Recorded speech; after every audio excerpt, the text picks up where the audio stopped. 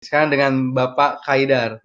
Pak Tung, cara ngatur cabang di luar kota dan pergudangannya dengan karyawan yang banyak dan transportasi untuk penyetokan persediaan, bagaimana caranya? Cara memulainya bagaimana? Ada beberapa bentuk kerjasama dengan usaha yang menekan faktor kali seperti buku Wellem halaman 36. Mana buku Wellem? Ada buku Wellem enggak? Di sini harus ada stok nih ya, stoknya Wellem. Wellem itu buku Work Less and More. Jadi kerjanya lebih sedikit, tapi duitnya lebih banyak karena punya faktor kali gitu ya. Saya ada versi digitalnya sih Pak, masih taruh sini. Oke, makanya mungkin udah dibagiin orang-orang. Oke, gini ya. Jadi mengatur cabang di luar kota pergudangan, maksudnya kan kontrolnya toh. Jadi kontrolnya. Contoh, jadi yang namanya kontrol itu memang harus ketat. Walaupun karyawan kita bisa dipercaya, tetapi kita harus melakukan kontrol, always kontrol. Karena kalau tidak dikontrol, kemungkinan hilangnya akan jauh lebih besar, dan kalau hilang, wes kagak seru. Untungnya berapa, hilangnya berapa, wes gak seru belas.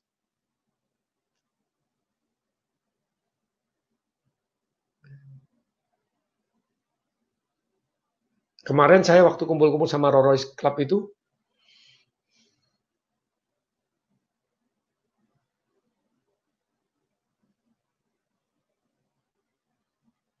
dia cerita begini.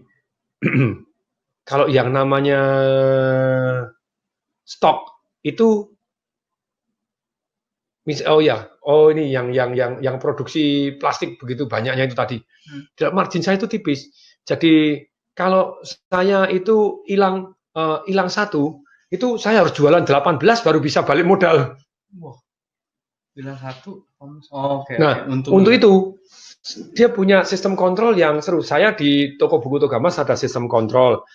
Saya punya beberapa anak perusahaan, ya tetap harus ada sistem kontrol dan ada orang yang kontrol yang harus saya bisa percaya gitu ya. Kalau yang dia caranya sederhana. Ini ilmu baru yang saya dapatkan dari Pak Copi yang jualan kapal azimut yang pabriknya cuma 24 hektar gitu ya. Segala mobil punya, umur 73 masih nyetir Ferrari, Jakarta Semarang. Ya, seru aja. Nah, ternyata begini.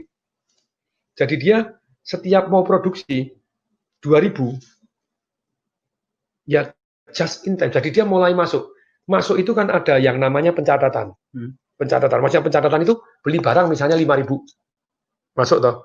Ya harus ada stoknya 5.000, barangnya 5.000. Dan kan ada buku besarnya. Buku besarnya ini oke 5.000. Sekarang diambil 2.000. Kenapa diambil 2.000? Setiap hari cuma ditanya, kapasitas produksimu berapa? 2.000. Ya hanya boleh ngambil 2.000. Terus hari ini produksi 2.000 enggak? Kalau enggak produksi 2.000, kamu kan sudah ngambil 2.000. Kembaliin. Oh iya. Kalau kamu 2.000 kapasitas 2.000, enggak boleh ngambil lebih banyak dari 2.000. Iya. Enggak boleh punya stok sendiri, hitungannya ruwet. Kamu 2.000, produksi 2.000, yang ngambil 2.000, selesai 2.000. Kalau enggak, kembali. Misal hari itu 1.500, berarti 500-nya balik. 500 harus balik. Oke. Enggak boleh nyetok, nyimpan besok itu, enggak, harus balik. Jadi sistemnya seperti itu. 2.000 hanya 2.000. Dan keluarnya 2.000. Nah kalau 2.000, berarti di gudang masih, tadi kan 5.000 tuh. 5.000. Berarti masih? 3.000 ya? 3.000. Nah 3.000. Kan kemudian, terus harus di stok. Kalau enggak di stok, nanti stok itu kali waktu harus dihitung. Sekali waktunya itu rutin. Sekali waktunya rutin. Oke. Sekarang kalau misalnya kontrol persediaan. Gini, toko buku saya itu 30.000 item buku. Kalau di stok satu-satu makan 3 hari. Iya. Iya tuh Pak. Pingsan. Nah terus kita yang di stok gimana? Saya belajar dari Indomaret. Anda pergi ke, saya mau buka Indomaret, nanti diajarin sama dia. Akhirnya saya buka sendiri sekarang, buka Indomaret gitu ya. tapi dalam buka Indomaret ini tadi, sebelumnya dulu saya tanya-tanya, Indomaret itu kontrolnya gimana? Oh ada 5, bagus. Dan waktu itu saya belajar dari Gramedia, tanya-tanya sama toko buku, ini kalau hilang nyetoknya gimana, apa kurang jos. Gunung Agung lebih parah lagi, ya podo hilang, terus harus di stok gitu ya. Apa yang dilakukan stoknya? Setiap jenis usaha itu nyetoknya caranya sendiri-sendiri. Saya ada toko emas nyetoknya detailnya beda. Nih cara nyetoknya kalau yang di toko buku saya pakai Indomaret 5. Indomaret kan itemnya juga banyak. Setiap hari ada yang harus di stok. Nomor 1 yang harganya mahal. Harga mahal. Yang kedua yang gampang hilang. Gampang hilang. Itemnya kecil, ini apa gampang. Yang ketiga yang sering hilang. Jadi ini tidak gampang hilang, tapi sering hilang. Contohnya kalau di Indomaret apa yang sering hilang? Susu kaleng. Susu kaleng 1 literan. Satu orang. Wes pakai pakaian selalu pakai simbol-simbol agama atau biar tidak dicurigai gitu. Tapi ngempet di sini tuh bisa ngempet 3. Jadi jalannya bisa. Wadah celana, waduh. Itu susah hilang loh itu. Susu 1 kilo tuh, tapi sering hilang gitu ya. Bukan yang paling mahal, tapi sering hilang loh ya. Satu hilang berapa puluh ribu, 50.000, 100.000. Wah ya itu jadi nomor 1 yang harganya mahal. Terus kemudian gampang hilang. Yang ketiga sering hilang. Yang sering hilang gitu ya. Yang keempat random. Jadi secara ini harus random. Stok nih, buku yang ini harus di stok. Jadi itu secara komputer keluar sendiri. Buku ini sektor ini harus di stok. Buku ini yang rak ini harus stok. Harus stok. Kemudian yang kelima adalah barang kembalian. Barang kembalian itu barang stok-stok yang kembali itu ternyata gampang dicuri. Jadi karena tidak dianggap, tidak dibukukan kembalian ya, harus di stok. Jadi ini ada barang kembalian apa? Berapa harus di stok. Jadi barang restart, barang rusak, barang kembalian yang orang refund harus di stok gitu ya. Terus kemudian bagaimana mengatur cabang di luar kota? Tetap delegasi orang. Kayak toko buku Togamas kan cabangnya banyak sekali, ya delegasi orang. Dan kemudian kalau selain ada auditor yang memeriksa stok, itu setahun sekali kita periksa stok. Kita punya satu sistem yang namanya bahwa kalau 0,25% dari 0,25 0,15%, kok saya jadi lupa ini. Lama nggak ngurusin. Tapi pada waktu itu belajarnya dari Indomaret. Ya, jadi 0,15% kehilangan itu diizinkan dari omset. Kalau ini tidak hilang, 0,15% jadi bonus. Pada waktu diaudit. Kalau hilang itu jadi beban selama 0,15% hilang jadi beban perusahaan. Tapi di atas 0,15% beban karyawan tanggung semua. Kalau nggak tanggung kan hilang terus, jong terus. Iya. Karyawan.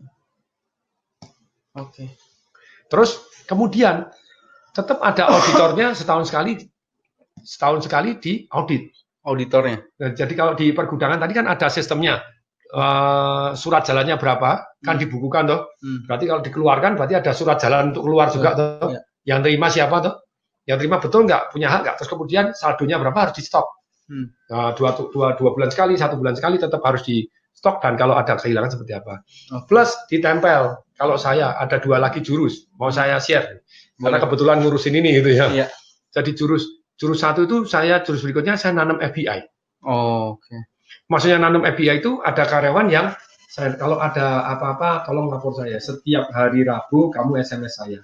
Apapun kejadian di kantor yang apa, lapor saya. Saya jadi tahu, wakil pemimpinnya Pak pakai mobil perusahaan Pak, pacaran sama karyawannya pergi ke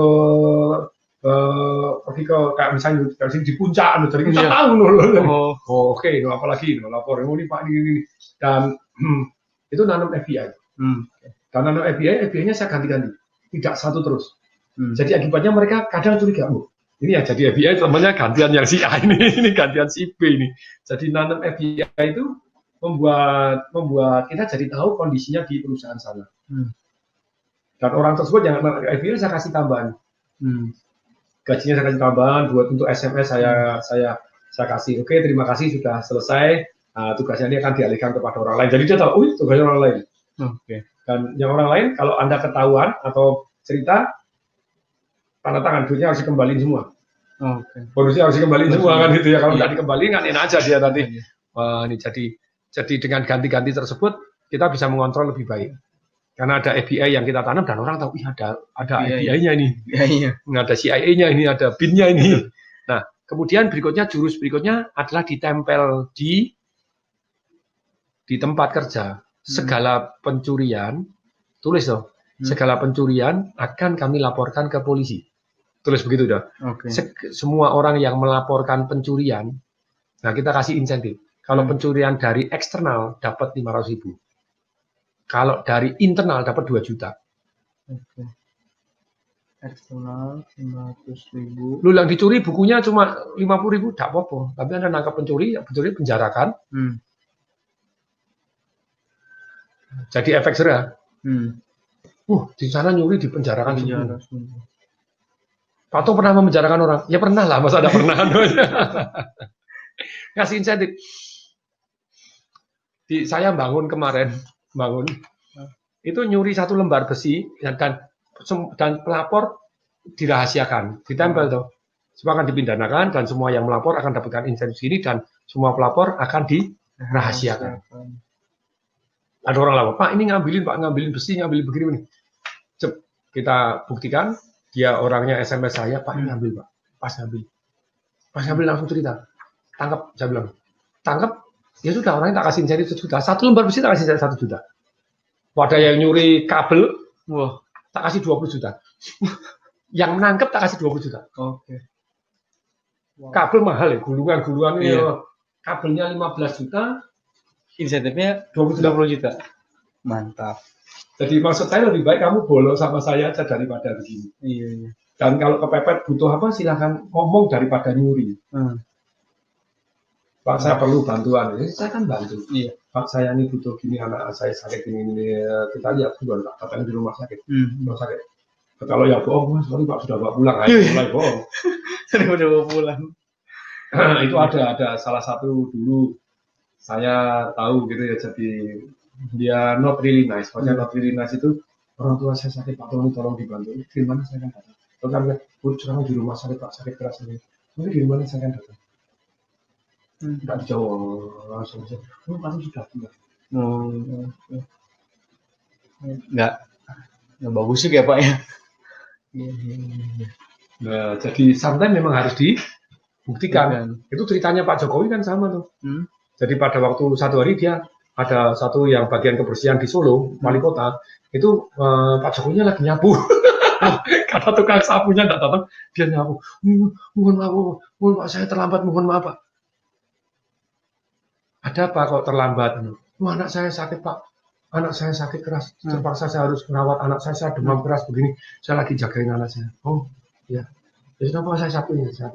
Dia pergi ngeloyot, pergi ke rumahnya, lihat anaknya panas, langsung dibawa rumah sakit, digendong bawa rumah sakit, terus kemudian drivernya ajudannya ditelepon, kasih tahu ya itu anaknya dibawa rumah sakit sama Pak Jokowi, jadi di gini. Tukang sapunya pingsan. Wah, pingsan karena anaknya dibawa ke rumah sakit sama Pak Wali Kota. Ya tapi itu menyentuh hati gitu ya. Wow. Menyentuh hati, digendong sendiri, diginiin sendiri ya, menyentuh hati. Oke. Lanjut.